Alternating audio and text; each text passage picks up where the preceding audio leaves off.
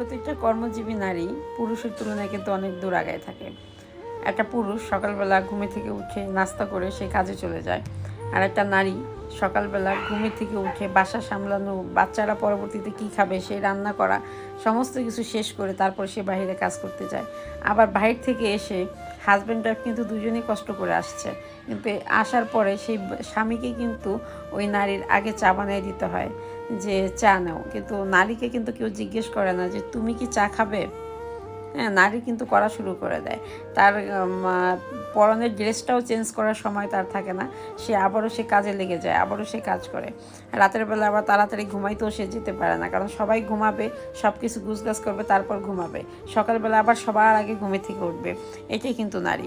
হিসাব করে দেখলে বোঝা যায় যে আসলে নারীরা যে পরিমাণে পরিশ্রম করে, পুরুষরা যদি ওই রকম পরিশ্রম করতো তাহলে পুরুষরা অনেক দূরে এগিয়ে যেতে পারতো।